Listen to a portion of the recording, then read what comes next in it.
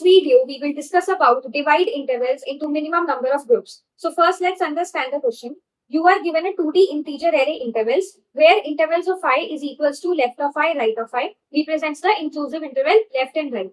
You have to divide the intervals into one or more groups such that each interval is in exactly one group and no two intervals that are in the same group intersect each other. Return the minimum number of groups you need to make.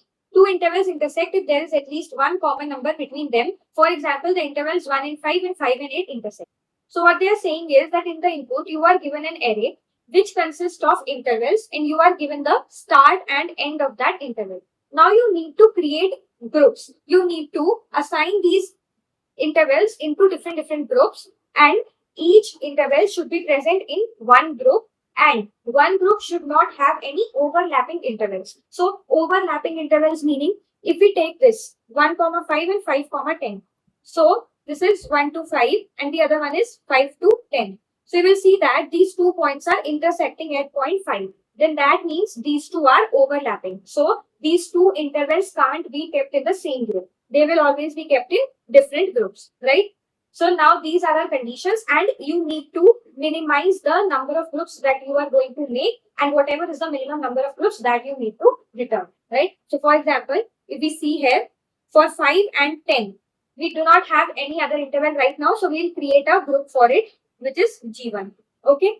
Then next is 6, 8. Now, in our existing groups, we will see if we can accommodate this 6, 8. Why are we not creating new? Why are we checking for the existing ones? Because we need to minimize the number of groups. So first we will check that whether can we accommodate this interval in G1 or not. So in G1, we already have 5, 10. So this is 5 to 10 and 6 to 8 will lie somewhere here, right? So now these are intersecting at these 2 points, right? So that means I cannot keep this 6, 8 in G1. So I will create another group G2 and I will keep 6, 8 interval here.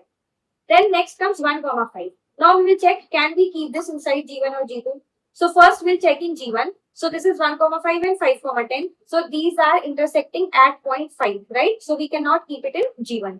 Then we'll check can we keep it in G2. So in G2 we have 6, 8. So 1, 5 will be this and 6, 8 will be this. Now in this case these are not intersecting. Then that means this 1, 5 can be kept in G2. So we will keep it in G2. Now the next that comes is 2, 3. Now let's check can we keep it in G1. So 2, 3 will be this and 5, 10 will be somewhere here. So these two are not overlapping. So we will keep 2, 3 in G1. Next comes 1, 10. Now we'll check can we keep it in G1 or G2. So first let's check for G1. Now G1 is having 5, 10 and 2, 3, right? So 5, 10 is this and 2, 3 will be this and 1, 10 will be something this. So now these are intersecting at these 4 points, right? So we cannot keep this 1, 10 in G1. Then let's check for G2. In G2 we have 6, 8 and 1, 5. So it will be 6, 8, 1, 5 and 1 and 10 will be this. So this is intersecting at these 4 points. Then that means we cannot keep in G2 also. So we'll keep it in a new group G3, 1, 10. And now we have checked for all the intervals. And finally, the number of groups that we have created is 1, 2 and 3. So our answer will be 3, right? So now we will see how are we going to approach this. Now, to make it easier for you, to understand the approach, we will assume that these intervals are nothing but the train, right? And you are given the arrival and the departure time of the train in every interval, right?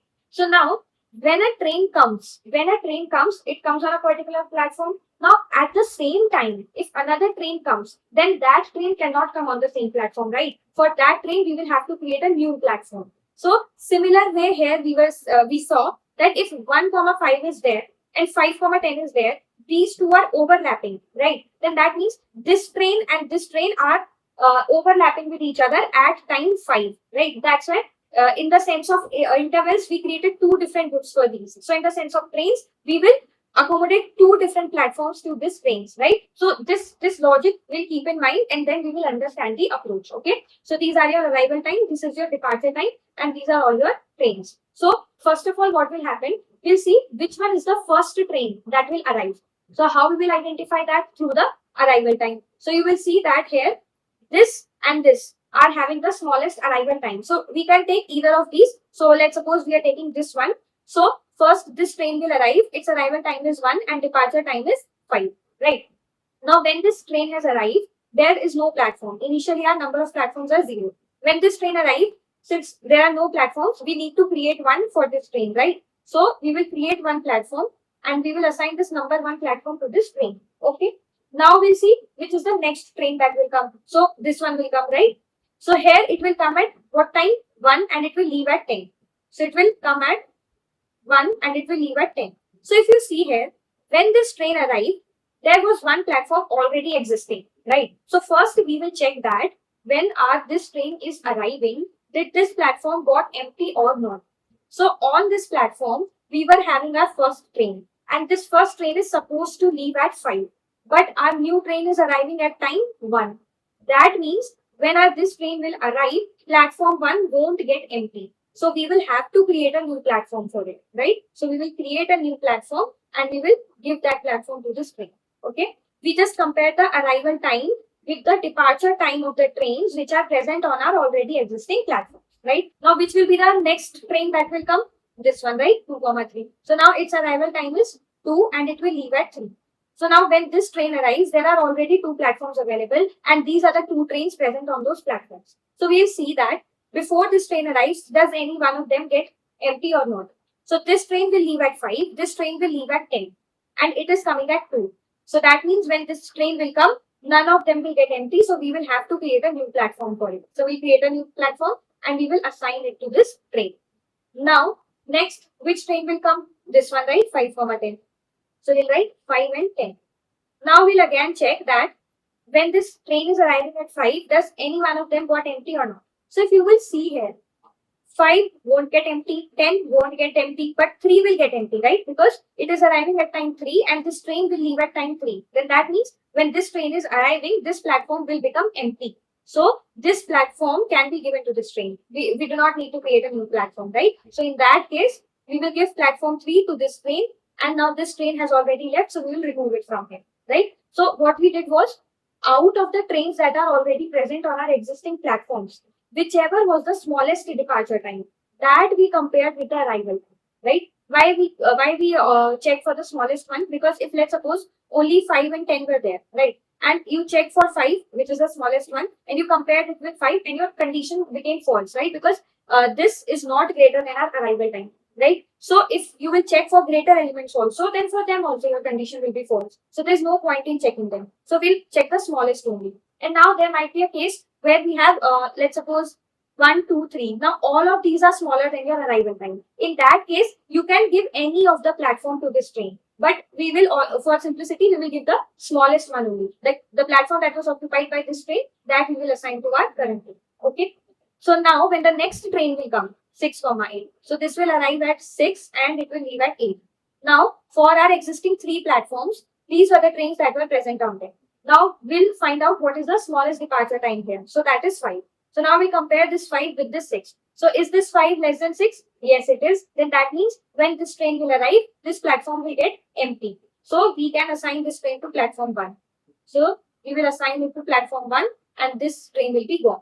Now we have checked for all of our trains and the maximum platform that we got is 3. So our answer is 3.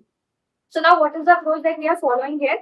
First of all, we check which is the train arriving first, then which is the train arriving second and so on. So that we were identifying on the basis of the arrival times. So first of all, we will sort this array on the basis of arrival times, right? Then at every point, what we are doing? At every point, we are comparing the arrival time of our train and the departure time of the existing trains. Whatever was the minimum departure time of existing trains, if that was less than the arrival time, then we parked this train on the existing platform. Otherwise, we created a new platform for this train, right? So this approach we will follow. So what did we notice here? That for every train, we want the departure times of all the trains that had appeared before this train, right? So, and also we want them in sorted order so that we can easily access the smallest departure time, right? And whenever any train is leaving, when this 5 had appeared, we had parked it here and we removed this 3 from here, right? So we need to remove the departure time also. So for this, for storing these departure times, we will use a min heap. Why we are using min heap? Because it will store the smallest departure time at the top. So we can always access the top element of our min heap and we can do our comparison. And if the condition is satisfied, we can pop it. Otherwise, we can keep it as is. Okay. So now there will be a case where your heap will be empty, right? That there are no departure time values in your heap. That case will occur when this first train will arrive, there was no platform and there was no train, right? So in that case, your heap will be empty, right? So in that case, you will have to create a new platform. You don't have any other choice. So whenever your heap is empty, you will create a new platform and you will insert the departure time of current train in your heap. Okay. So now let's see the approach once again. So first of all, we'll sort our array. So we will do sort intervals dot begin comma intervals dot end, right? Now after sorting, we need to create a min heap. And how do we implement a min heap? Using a priority queue. So we'll create a priority queue and we will name it leaving. Okay. The syntax of creating the priority queue that we'll see while doing the code. Here we are assuming leaving is a min heap right now. So now we'll create two variables. One will be groups. So this groups is denoting the number of platforms that we are having at any point. Okay. So this initial value will be 0. And another variable we create which will be max groups. This will also be 0. So this will denote the maximum number of platforms that you are going to create. Okay. Then we will iterate inside our intervals. So for auto time in intervals, right? We'll check for all the intervals. So what will be the arrival time? Arrival time will be time of 0. And what will be the leaving time? So leaving time will be time of 1, right? Then we need to check that if our queue, the priority queue that we have created, leaving, is empty. Then what we'll do? I told you that it will be empty when the first train arrives. So when the first train arrives, there is no platform. So we will create a new platform. So we will do groups plus plus because here groups is denoting our number of platforms, right?